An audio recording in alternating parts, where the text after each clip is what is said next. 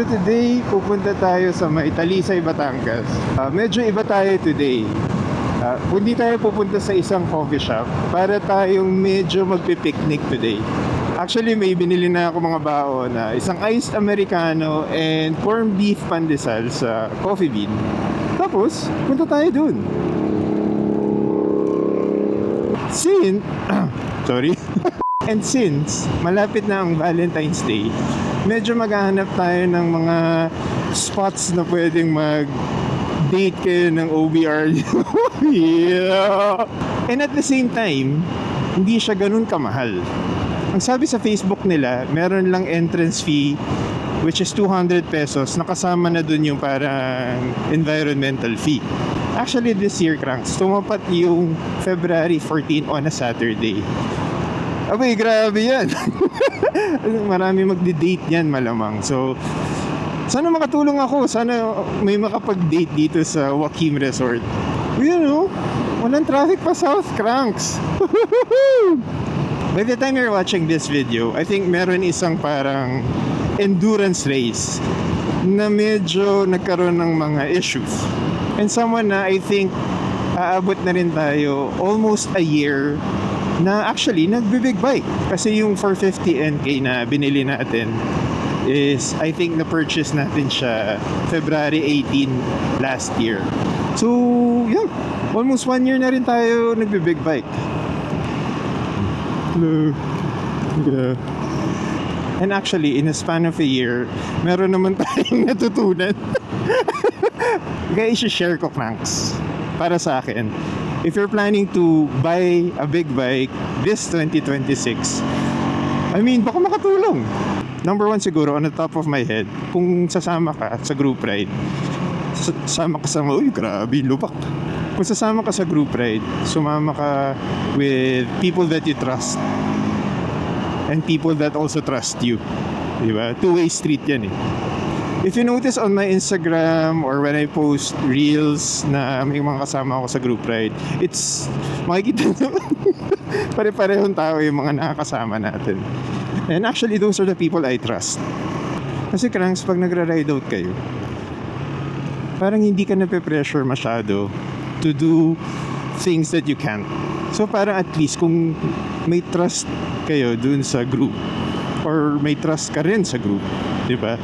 Hindi ka masyado nagpo-push sa limit. Walang traffic ngayon, Cranks, so medyo cloudy lang. Sarap today. And number 2 siguro, Cranks, ang masishare ko is you never lose the fear. Ako, hanggang ngayon, I never lose the fear. Pero you never ride with anxiety. Parang you never ride anxious. Kasi kaya ka nga nag-ride. Tapos yung mismong ride, masistress ka, di ba?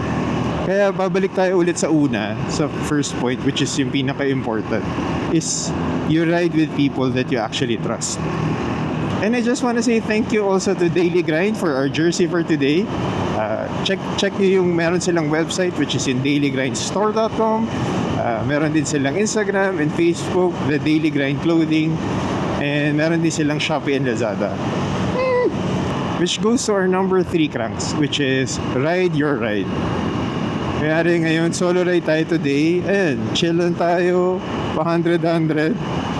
Diba? Hindi, nagtitipid tayo ng gas ngayon. Hindi, 100 lang takbo, diba? Para ma-enjoy nyo yung ride.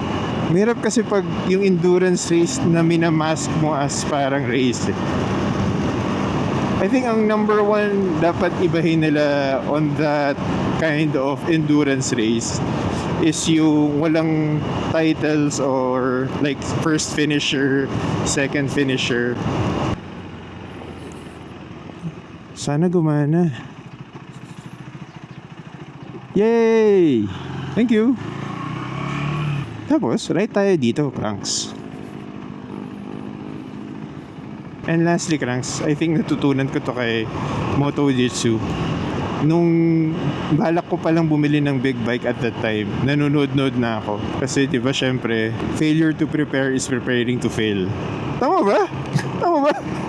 Yung braking distance siguro, kailangan masanay ka sa braking distance mo.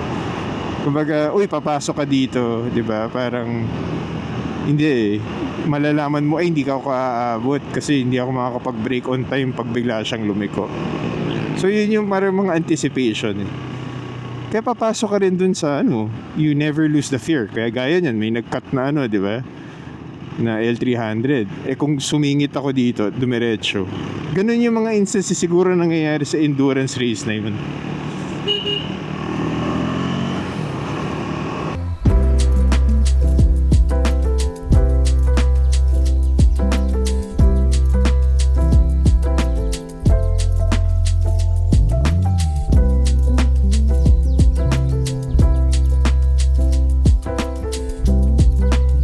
PC Taal Lake. Uy, park.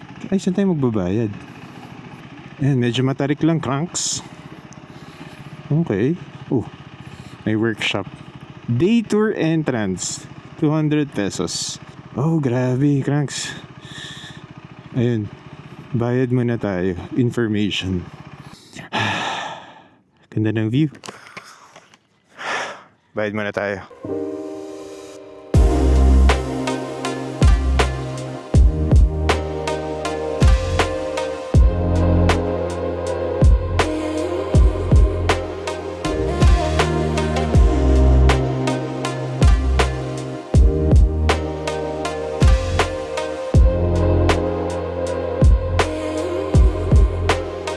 What's up, Cranks? Andito na tayo sa Joaquim Resort. And kung kung titignan nyo, sobrang chill vibe. Nasa ilalim pa tayo ng puno. Para sa mga subscriber na magde-date this coming Saturday. Saturday na ba? Ay, hindi pa pala. Sa February 14. Tag nyo ako. Kunyari, sinagot na kayo ng girlfriend nyo. Ay, sinagot na kayo ng nililigawan nyo. Baon natin. Coffee bean na iced Americano. And yung kanilang corned beef pandesal na 135 pesos. Very chill vibe. Para tayo ng camping. Magka-camping na ba tayo? Ay, check niyo muna yung vibe ng place pala, fans. So,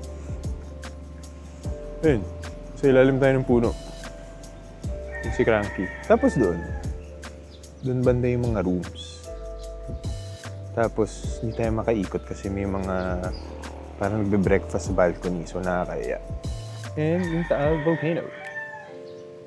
With a Philippine flag. Maganda kasi ka. 200 pesos lang. Kumbaga. Tapos, pwede ka mag-ihaw. So, yun, parang may grillers ata sila. Or pwede ka rin magdala ata ng food. Kailangan nyo lang i-clarify dun sa front desk.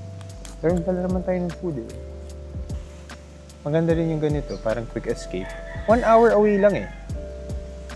Well, siguro pag kotse, mga 1 hour, 30 minutes. Pero mga 1 hour lang siya. Magsuscooter kayo, dadaan kayo through Tagaytay. Tapos sa Tagaytay, pwede kayong bumaba sa sa Ligaya Road. Tama ba? Or sa Sampaloc. Tapos Talisay. Tapos yun na. Basta i-pin nyo lang is yung Joaquim Resort.